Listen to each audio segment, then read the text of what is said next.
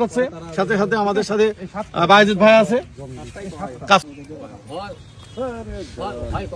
তুমি এইসব চণ্ডীপুরের মাঠে তুমি এরকম কাজ করে ফেললে, হ্যাঁ, গাঁজা গাছ লাগিয়ে গাঁজা গাছ কি বড় বানিয়েছে।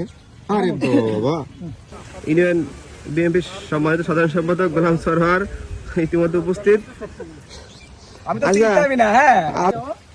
3 নম্বর ওয়ার্ড কর্তৃক চণ্ডীপুর যুব সমাজের মাধ্যমে এই যে গাঁজা গাছ এখানে লাগাইছিল, এগুলার এই যে এই গাছ আমরা সবাই উপড়ে ফেললাম। এর মূল নির্মূল হয়ে গেছে, আরো 2টা আছে, এগুলো আমরা উপড়ে ফেলবো, নির্মূল করে ফেলবো। আমরা এগুলো ধরিয়ে দেবো। প্রশাসন আমাদের সাথে আছে, প্রশাসনের বিপক্ষে আমরা নেই, প্রশাসন আমাদের সাথে আছে, তাদের নিয়ে আমরা কাজ করব। আমরা চাই না এখানে আর্থিক লেনদেন করে এগুলো আমার থামিয়ে দিই।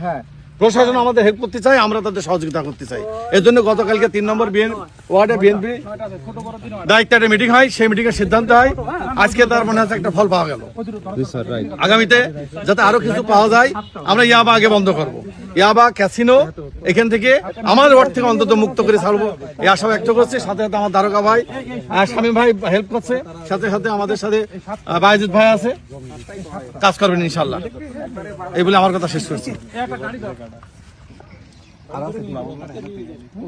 এই তো ফল বাগান লাগানোর নামে নাটক করেছে। ফল বাগান পেয়ারা, এই যে এইটাও গাঁজা গাছ, এইটাও গাঁজা গাছ।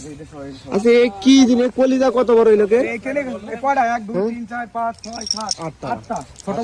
8টা গাছ। ও মাই গড, আচ্ছা এটা কোনো কথা? এই যে স্থানটা চণ্ডীপুর বাজার থেকে হরিদানের মুখে উঠে যাইতে বুড়ির বাড়ির সংলগ্ন একটি জমিতে অথবা